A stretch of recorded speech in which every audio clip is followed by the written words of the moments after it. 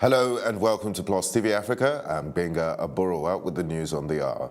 A stay of execution of the High Court order has been handed out by the Appeal Court in Port Harcourt, Rivers State. The High Court order has stopped the ward, local and state congresses of the All Progressive Congress APC. Justice Isaiah Akeju, who led the appeal panel, recognized Tudurede as the APC's counsel in Rivers State and agreed that the National Legal Advisor of the APC, Moise Banere, was constitutionally empowered to authorize any legal practitioner or private attorney to represent the APC. The court maintained that Chinwekwe, the state legal advisor, could not override the authority of the national legal advisor, who is a senior advocate of Nigeria, and consequently dismissed the application of 23 members for lacking merit. The application for the stay of proceedings at the lower court was dismissed by the appeal court. By this order, the incumbent officials of the Rivers State APC can now attend the National Congress of the party slated for Abuja this weekend. Ahead of tomorrow's APC's National Convention, chairmanship aspirant Comrade Adams Oshomole says he will ensure that the party is united again. Oshomole, during a meeting with the former governor of Abia State, Orji Uzokalu, at Oshomole's campaign office in Abuja yesterday, said he will ensure past leaders of the party are given due respect. Orji assured the chairmanship aspirant of the support of delegates from Abia State, while advising him to treat the ongoing members of the party's National Working Committee with respect. Only yesterday, another chairmanship aspirant, Professor Osaremi Osumbo, stepped down in support of Comrade Oshomole's aspirations. The People's Democratic Party, PDP, has condemned what it describes as the wicked clampdown on its members after the arrest of former governor of Benue State, Gabriel Suswem. The former Benue State governor was reportedly arrested by the Department of State Security Services, DSS, over his alleged connections with the crisis in the state. At a press conference in Abuja, the party's National Publicity Secretary, Kola Ologbodiyan, said the arrest of Suswem was an attempt to prevent him from participating in a political meeting scheduled to hold soon in the north-central part of the country. The PDP described the alleged attacks, threats and intimidation of influential Nigerians as a sign of President Buhari's fear of defeat in the 2019 general elections, citing an earlier alarm raised by former President Olusegun Obasanjo over alleged plans by the federal government to frame him, as well as alleged plots to humiliate the Senate President and other members. The party said the world was watching the unfolding drama by the Buhari administration. The prestigious rank of the Senior Advocate of Nigeria has been withdrawn from Joseph Nwobike by the Legal Practitioners Privileges Committee, LPPC. Official reports said this was for the penalty for attempting to pervert the course of justice by influencing the assignment of his cases to judges he preferred. Nwobike had received a sentence of 30 days imprisonment upon conviction in April by the Lagos State High Court in Ikeja after being found guilty of 12 of 18 counts leveled against him by the Economic and Financial Crimes Commission. In a statement released yesterday, Hadizat Mustafa, the Secretary and Chief Registrar of the Supreme Court, the LPPC notified the public of the suspension and immediate withdrawal of all privileges, but gave no further details. Members of the Islamic movement of Nigeria, also known as Shi'tes, have reportedly stoned a policeman to death and set a patrol van ablaze following clashes between them and the Nigerian police in Kaduna State. The police public relations officer in the state, Mukhtar Aliyu, who confirmed the incident, however, said details would be provided later. The members were said to have been protesting the continued detention of their leader, Sheikh Ibrahim El-Zakzaki, and other members by the federal government. Just before his arraignment at the Kaduna High Court on Thursday, the trial was, however, stalled by the absence of the presiding judge, Justice Gideon Kurada. Bystanders reported gunshots along the Ahmadu Bello Way and Katsina Road area, causing traders at the Sheikh Abubakar Gumi Central Market to close their shops and run for safety. The Chief of Air Staff, Air Marshal Sadiq Abubakar, says the Nigerian Air Force will make transportation available to the Independent National Electoral Commission during the 2019 elections if it is requested. He revealed yesterday in Abuja while addressing senior officers and men of the Air Force during a quarterly conference. Abubakar also stressed the need for officers to remain non-partisan and continue to ensure the sovereignty of Nigeria above other interests. He added that the Nigerian Air Force would also ensure that its efforts are always targeted at protecting the sovereignty of the nation. The Department of State Services says it has arrested 2 Islamic State in West Africa commanders in Kukuntu village, Guadalaga in Abuja. The DSS, in a statement by one of its operators, Tony Opuyo, said the suspects, Bashir Adams and Rafiu Sajo, were arrested after special operations on identified targets in May. Opuyo said the service also arrested one Umar Dogo, a suspected member of ISWA at Mudalawa Market in Bauchi in April. He said the suspects had concluded plans to perpetrate the violent ideals of the terrorist group in collaboration with Boko Haram. A 19-year-old who had just concluded her West African Senior School Certificate examination has been gang-raped and killed in Ogugu village, in Demili South local government area in Anambra State. According to sources, the unnamed teenager was on her way to buy some gari for dinner when she was attacked by 6 persons at about 7 p.m. on Wednesday. Reports say the victim may have been familiar with the suspects as they managed to lure her to an unfinished building where they raped her and killed her. They then threw her body from the one-story structure. Prince Eze Jofo, the divisional police officer in charge of Ojoto Police Division, has confirmed the incident and stated that the police are closing in on the suspects. The Plateau State Police Public Relations Officer ASP Terna Tiopiev has confirmed the killing of 4 persons, all from the same family, yesterday in Barkin Ladi local government area by suspected headsmen. They are Dauda Mahan, Angwon Mangai, Christian Mangai, and John Mangai, according to ASP Tiopiev.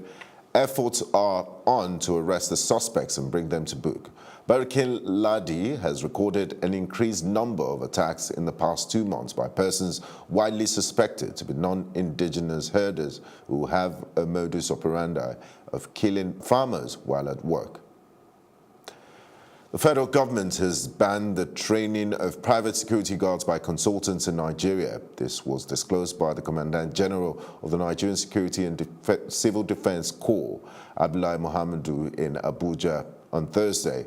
While speaking at the opening ceremony of the training program for the chief executive officers and directors of private security guard companies, Mohammed has stated that the decision by the government was for national security reasons and the government had taken up the responsibility of training and closely monitoring private security outfits. He noted that to achieve this objective, the Corps' training facilities were approved for use across the country. The president of the Association of Licensed Private Security Practitioners of Nigeria, Davidson Akimen, however, noted that the training had come at the right time in view of the role of private security guard companies with over 3 million personnel in maintaining security of Nigerians. And on the foreign scene, members of the Joint Comprehensive Plan of Action on the Iranian nuclear deal have met for the first time since the United States of America pulled out of the deal on the 8th of May. At Iran's request, delegates from China, Russia, France, Britain, Germany, and the European Union met on Friday in Austria's capital, Vienna, where they reaffirmed their commitment to the 2015 deal.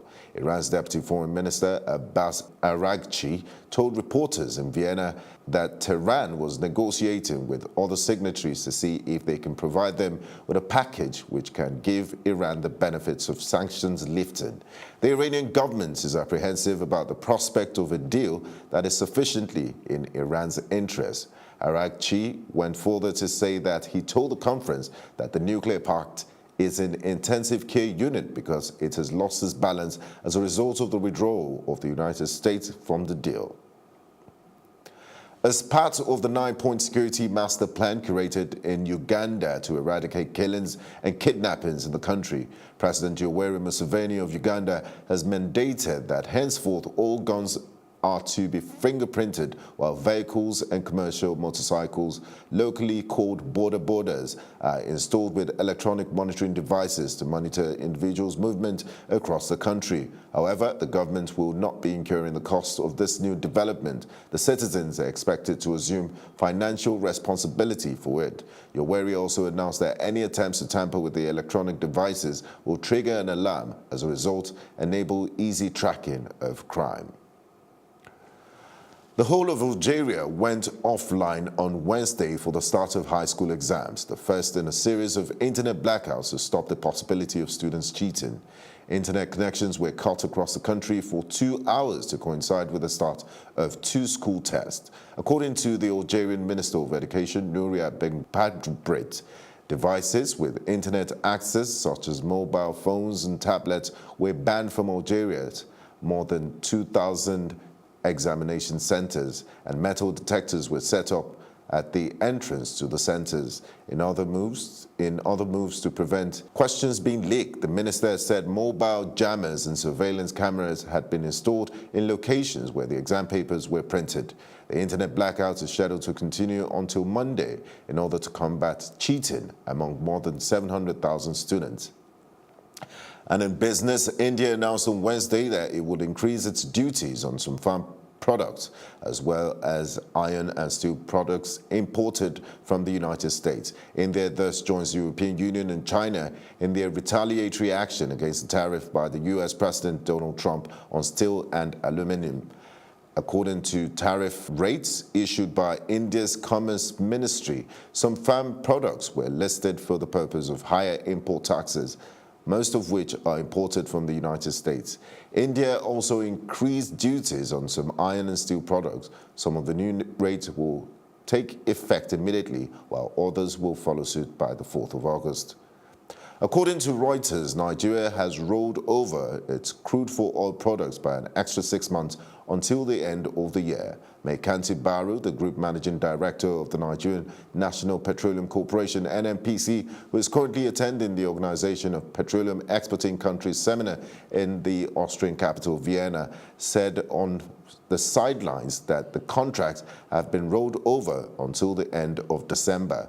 The contract, known as the Direct Sale, Direct Purchase Agreement, DSDP, were due to expire at the end of June. Up next is entertainment.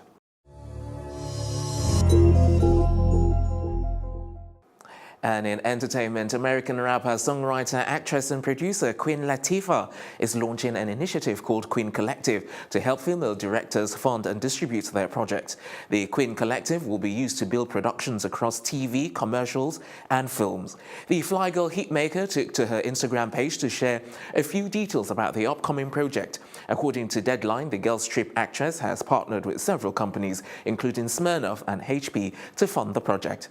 The actress, who has won BET Awards, Teen Choice Awards and the Golden Globe Awards, said the objective is to get women to be able to tell their story and to bring it to the market. American actor and comedian Pete Davidson has confirmed his engagement to actress Ariana Grande on a recent episode of The Tonight Show with Jimmy Fallon. The American actor and the singer were reportedly dating in May, and there was a report about them getting engaged earlier this month.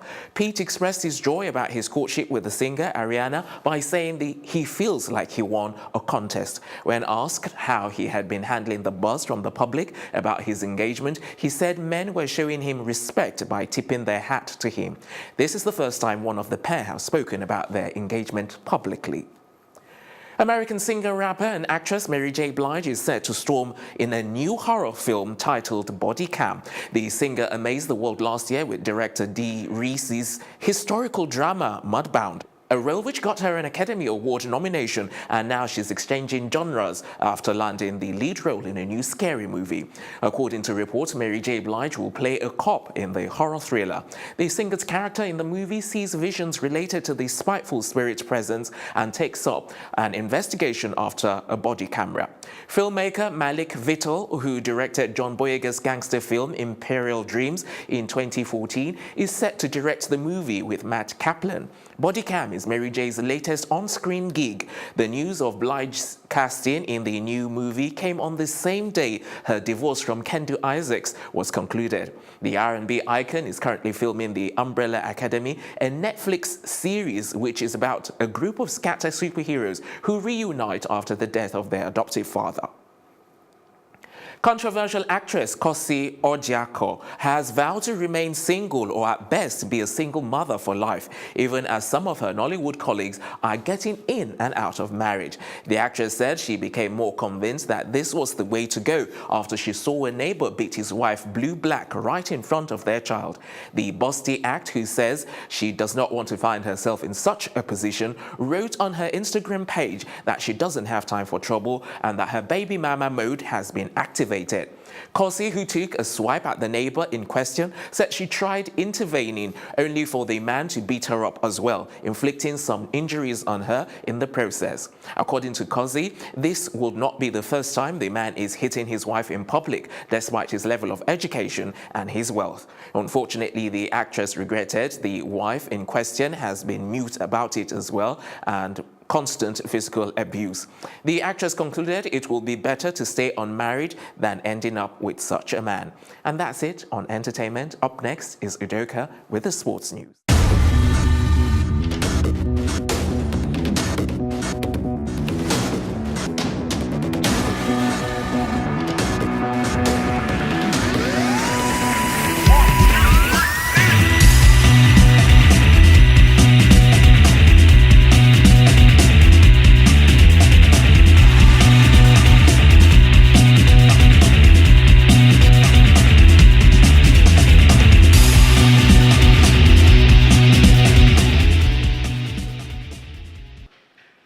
Good morning and welcome to Sports Update on Plus TV Africa. I am Udoka Njoko. The World Cup is indeed full of intrigue and drama. The big teams are struggling to grind out results, and yesterday, two-time champions Argentina lost to Croatia by 3-0 in their second round of matches, of course, in Group D at the FIFA World Cup going on in Russia. And Jorge Sampaolo's men had played out a 1-0 draw with World Cup debutants Iceland in their opening match and needed a win against Croatia to boost their knockout stage qualification hopes, only for them to fall apart against the Europeans.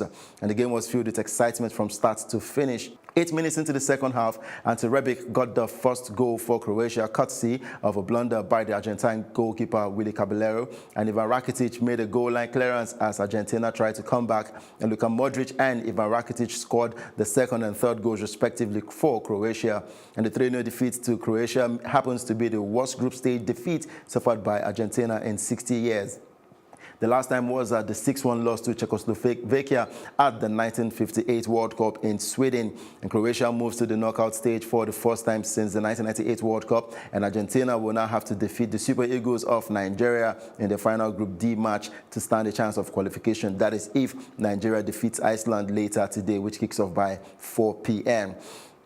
And now going over to the game that will be going down later today by 1 p.m. Brazil against Costa Rica. For Manchester City fullback Danilo, he'll be missing that one against Costa Rica after sustaining a thigh strain during training. And the 26-year-old will be replaced by Corinthians right back Fagner. And meanwhile, Neymar is expected to feature in that one despite hobbling out of training on Tuesday. And the Paris Saint-Germain forward, who broke a bone in his right foot in February, felt pain in his right ankle but took part in another session on Wednesday. And Costa Rica will look to emulate Switzerland's efforts against the Tite's side, who had to settle for a point. And going over to some transfers now, this time around for coaches. TSG Hoffenheim head coach Julian Nagelsmann will leave the club for fellow German Bundesliga side RB Leipzig in 2019. And the announcement was made by Leipzig earlier on Thursday, and that's that the 30-year-old tactician will join the club at the end of the 2018-2019 season. And he has signed a 4-year deal at Leipzig until 2023. And Julian Nagelsmann is one of Europe's highly rated coaches, and his stock continues to rise, having led TSG Hoffenheim to 2 successive top 4 league finishes, and was previously linked with the European giants Arsenal, Real Madrid and Bayern Munich before he decided to pitch his tent with RB Leipzig. And the German tactician was contracted to TSG Hoffenheim until 2021, only for him to trigger an exit clause in his deal, thus allowing him to move to another club. And Hoffenheim officials have opted not to rush into naming a replacement for Nagelsmann, according to the director of football, Alexander Rosen, who said, "We knew about the contractual option, which is not exceptional in professional football." Going over to Formula One, McLaren are in talks with Red Bull's Daniel Ricciardo about driving for them in Formula One next year. And the Australian, who is 28, is out of contract at the end of this year, with seats potentially open at top teams like Mercedes and Ferrari next season. And McLaren want to keep lead driver Fernando Alonso in 2019, but he has not decided whether he wants to stay in Formula One. And the Spanish 2-time world champion, who is 36, is likely to race in the Indianapolis 500 again next year. And for Fernando Alonso, he is believed to be weighing up whether to race in addition to the Formula One program, but skipping the Monaco Grand Prix, which clashes as he did last year, or taking on a full season in the Indy cars. But that's it on Sport Update on Plus TV Africa. Back to you, Benga. That's the news at this hour. I'm Benga Aboroa. Do have a nice day.